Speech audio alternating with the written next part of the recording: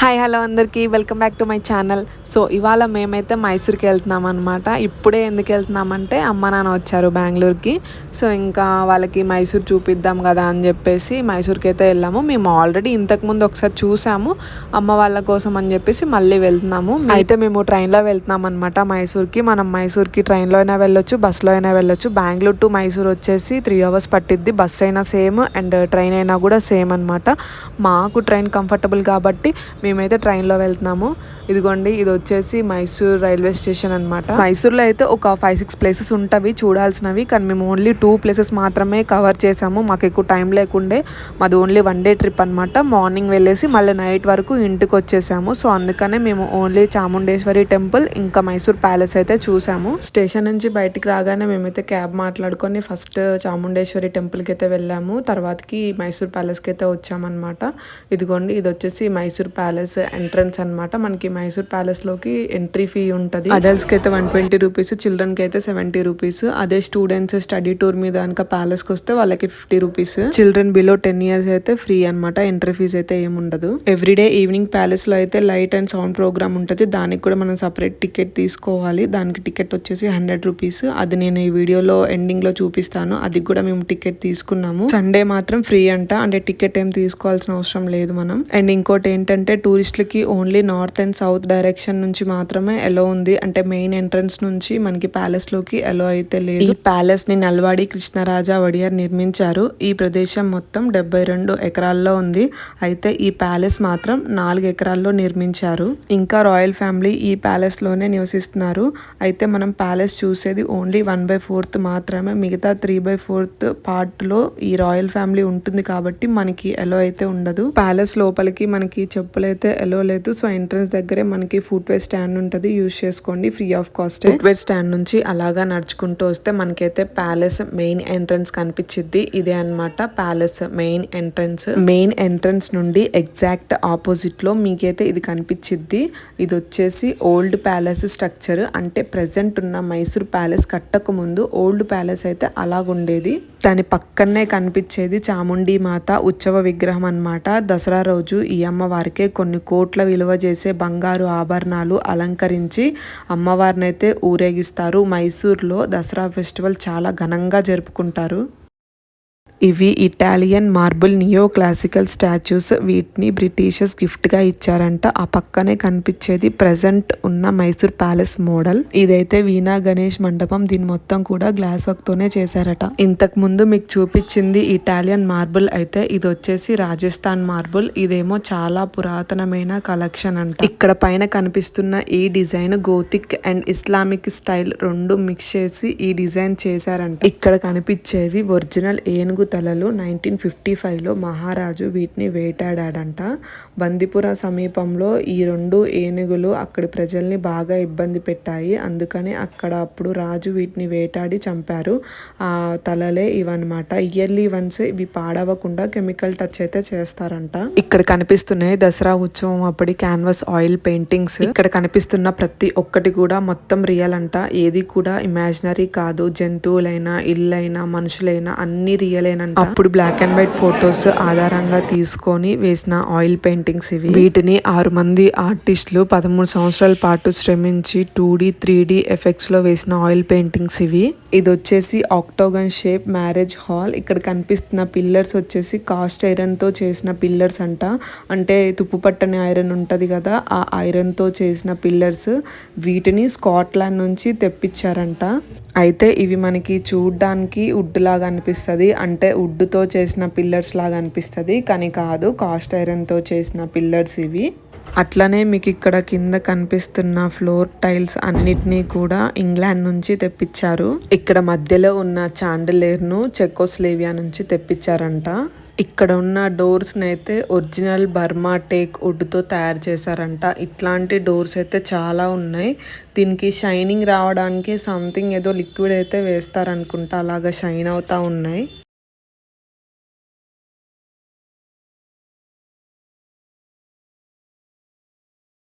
ఇక్కడ కనిపిస్తున్న అతనే వడయార్ వంశంలోని 24వ రాజు కృష్ణరాజ వడయార్ అన్నమాట. ఈ ప్యాలెస్ ని నిర్మించింది ఇతనే.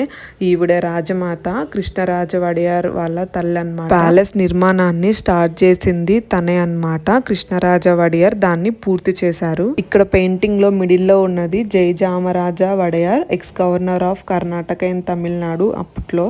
ఇక్కడ కనిపిస్తున్న పెయింటింగ్ ని పెయింట్ చేసింది అయితే ది గ్రేట్ పెయింటర్ రవివర్మ గారు గురించి అందరికి తెలిసిందే. అక్కడ చూడండి మెన్షన్ చేశారు. ఇక్కడ కనిపిస్తున్న పెయింటింగ్ ని మాత్రం పెయింట్ చేసింది అయితే బ్రిటిష్ పెయింటర్ అంట. అక్కడ మీకు ఫ్రేమ్ కనిపిస్తుంది చూడండి, అది ఒరిజినల్ గోల్డ్ పాలిష్ అంట మొత్తం కూడా. ఇక్కడ కనిపిస్తున్నవన్నీ కూడా ఇన్విటేషన్ బాక్సెస్ అంట. అంటే మనం ఇప్పుడు మ్యారేజెస్ అయినా ఇంకేదైనా ఫంక్షన్స్ అయితే ఇన్విటేషన్ కార్డ్స్ పంపిస్తాం కదా మన రిలేటివ్స్కి, అలాగా వాళ్ళు ఇన్విటేషన్ బాక్సెస్ అన్నీ సెండ్ చేశారంట. సిల్వర్ కూడా ఉన్నాయి మొత్తం, అదిగో చూడండి అవన్నీ కూడా సిల్వరేనంట మొత్తము. ఇక్కడ చూడండి ఇవి గుర్రం కాళ్ళతో చేసిన 2 చిన్న చిన్న స్టూల్స్ అన్నమాట. ఇదంతా కూడా ప్యాలెస్ ఇన్సైడ్ వ్యూ. పైన అంతా చూడండి జాల్లా కట్టారు, ఎందుకంటే ఇక్కడ పావురాలు అయితే విపరీతంగా ఉన్నాయి, ఇంకా అవన్నీ వచ్చి ఖరాబ్ చేయకుండా అలా కట్టి పెట్టారు. ఇక్కడ కనిపిస్తున్న చైర్స్ అన్నీ కూడా ఒరిజినల్ సిల్వర్ చైర్స్. మేబీ వాళ్ళు యూజ్ చేసిన చైర్స్ అయి ఉండొచ్చు, లేదంటే ఇప్పుడు కూడా యూజ్ చేస్తున్నారు అనుకుంటా. ఇక్కడ కనిపిస్తుంది కేరళ త్రిశూర్ ఉత్సవ మోడల్. దీని స్పెషాలిటీ ఏంటంటే దీన్ని ఏనుగు దంతాలతో చేశారు. పక్కన కనిపిస్తున్న కృష్ణుడు, రాధ, రుక్మిణి విగ్రహాల్ని శ్రీలంక రాజు మైసూర్ రాజుకి ఇచ్చారంట. అలాగే ఇక్కడ మీరు చూస్తున్న సీతారామ, హనుమంత, లక్ష్మణ విగ్రహాలను మలేషియా రాజు మైసూర్ రాజుకి గిఫ్ట్గా ఇచ్చారంట. ఇది వచ్చేసి ప్యూర్ పాలరాయి, ఊరికనే అలాగా చిన్నగా ఒక క్లిప్ తీసాను. ఈయనే కృష్ణరాజ వడయార్. ఇది వచ్చేసి ప్లాస్టర్ ఆఫ్ ప్యారిస్ తో చేసిన విగ్రహం అన్నమాట, అక్కడ మెన్షన్ చేశారు. మైసూర్ ప్యాలెస్ లో ఈ రూఫ్ ఆర్ట్ వర్క్ ఒక స్పెషల్ అన్నమాట. అయితే ఈ పెయింటింగ్ ని ఆస్బెస్టో షీట్ పైన వేశారు, దానిపైన గోల్డ్ టచ్ అయితే ఇచ్చారంట. ఎవ్రీ 6 years కి ఒకసారి వీటికి బంగారు పూత పూస్తారు. ఇది వచ్చేసి ఆడియన్స్ హాల్. మైసూర్ ప్యాలెస్లో స్పెషల్ అట్రాక్షన్స్లో ఇది కూడా ఒకటి అనమాట. ఈ హాల్లో వచ్చేసి మొత్తం 42 పిల్లర్స్ అయితే ఉంటాయి. ఈ ఆర్చ్ మొత్తం చూడడానికి ఒకేలాగా ఉంటుంది. దీన్ని లాస్ట్ వరకు కూడా చూడొచ్చు. దీన్ని డిజైన్ చేసింది ఆర్కిటెక్ట్ రాఘవల నాయుడు. అక్కడ మీకు దూరంగా కనిపిస్తుంది చూడండి, అదే అన్నమాట ప్యాలెస్కి మెయిన్ ఎంట్రన్స్. ఆ ఎంట్రన్స్ నుంచి అయితే నార్మల్ పీపుల్కి అలో లేదు.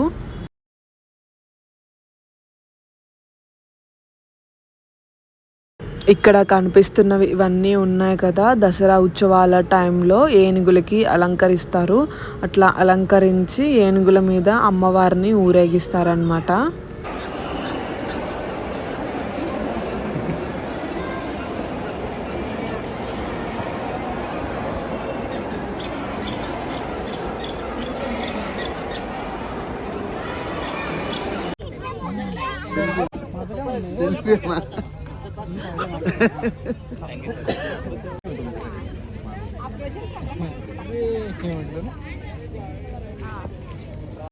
నమస్తే, వెల్కమ్ టు మైసూర్.